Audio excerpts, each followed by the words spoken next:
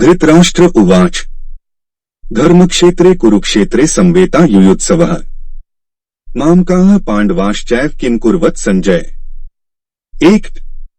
Dharmakshetar Kurukshetar Samvita Yuyutsava. Mamka Pandavaskave Kimakurvat Sanjaya. 1. Dhritarashtra बोले, हे संजय, धर्मभूमि कुरुक्षेत्र में एकत्रित युद्ध की इच्छा वाले मेरे और पांडु के पुत्रों ने क्या किया। 1. Dhritarashtra said, O Sanjaya, what did my and Pandu's sons, who are eager for war, do when they gathered at the holy land of Kurukshetra? 1. प्रश्न कुरुक्षेत्र किस स्थान का नाम है और उसे धर्म क्षेत्र क्यों कहा जाता है। उत्तर महाभारत वन पर्व के 83वें अध्याय में और शल्य पर्व के 53वें अध्याय में कुरुक्षेत्र के महात्म्य का विशेष वर्णन मिलता है। वहां इसे सरस्वती नदी के दक्षिण भाग और दृशद्वती नदी के उत्तर भाग के मध्य में बतलाया है। कहते हैं कि इसकी लंबाई चौड़ाई 5-5 योजन थी। यह स्थान अंबाले से दक्षिण और दिल्ली से उत्तर की ओर है। इस समय भी कुरुक्षेत्र नामक स्थान वही है। इसका एक नाम समंत पंचक भी है।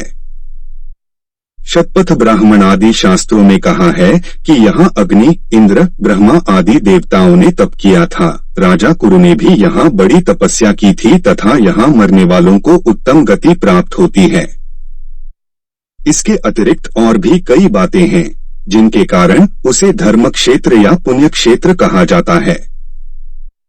प्रश्न धृतराष्ट्र ने मामकाह पद का प्रयोग किनके लिए किया है और पांडवाः का किनके लिए और उनके साथ संवेताः और युयुत्सवः विशेषण लगाकर जो किम अकुर्वत कहा है उसका क्या तात्पर्य है।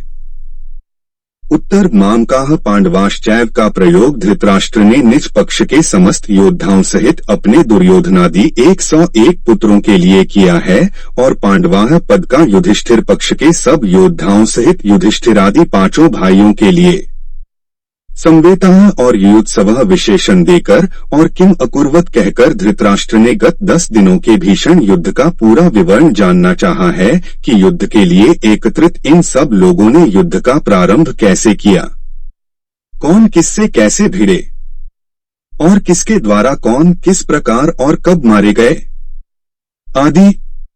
भीष्म पितामह के गिरने तक भीषण युद्ध का समाचार धृतराष्ट्र सुन ही चुके हैं, इसलिए उनके प्रश्न का यह तात्पर्य नहीं हो सकता कि उन्हें अभी युद्ध की कुछ भी खबर नहीं है और वे यह जानना चाहते हैं कि क्या धर्म क्षेत्र के प्रभाव से मेरे पुत्रों की बुद्धि सुधर गई और उन्होंने पांडवों का स्वत्व देकर युद्ध नहीं किया, अथवा क्या धर्मराज युधिष्ठिर ही धर्म क्षेत्र के प्रभाव से प्रभावित होकर युद्ध से निवृत्त हो गए, या अब तक दोनों सेनाएं खड़ी ही हैं, युद्ध हुआ ही नहीं और यदि हुआ तो उसका क्या परिणाम हुआ इत्यादि।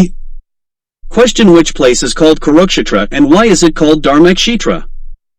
Answer: in the 83rd chapter of Mahabharata, Vanaparva, and 53rd chapter of Shalyaparva, special description of the greatness of Kurukshetra is found. There it is said to be situated between the southern part of Sarasvati river and the northern part of Drishadvati river. It is said that its length and breadth were 5 yojanas each. This place is south of Ambala and north of Delhi. Even today, the place called Kurukshetra is there. One of its names is Samanta Panchaka. It is said in Shatapath Brahmana and other scriptures that gods like Agni, Indra, Brahma etc. had performed penance here. King Kuru had also performed great penance here, and those who die here attain a good state. Apart from this, there are many other things due to which it is called Dharmakshetra or Punyakshetra. Question: For whom did Dhritarashtra use the word Mamka and for whom did he use Pandava? And what is the meaning of Kimakurvat, which has been said by adding the adjective Samvata and Yuyutsava along with them? Answer: Dhritarashtra has used Mamaka Pandavaskaiva for his 101 sons including Duryodhana and all the warriors of his own side, and the word Pandava has been used for all the warriors of Yudhishthir's side and the 5 brothers of Yudhishthira. By giving the adjectives Samavita and Yuyutsava and by saying Kimakurvat, Dhritarashtra wanted to know the complete details of the fierce war of the last 10 days. How did all these people gathered for the war start the war? Who fought with whom and how? And by whom, who was killed, how and when? Etc. Dhritarashtra had already heard the news of the fierce war till Bhishma Pitama fell, so the meaning of this question cannot be that he has no news of the war yet and he wants to know whether the wisdom of my sons improved due to the effect of Dharmakshitra and they did not fight the war by giving the rights to the Pandavas? Or did Dharmaraja Yudhishthira himself withdraw from the war after being influenced by the effect of Dharmakshitra?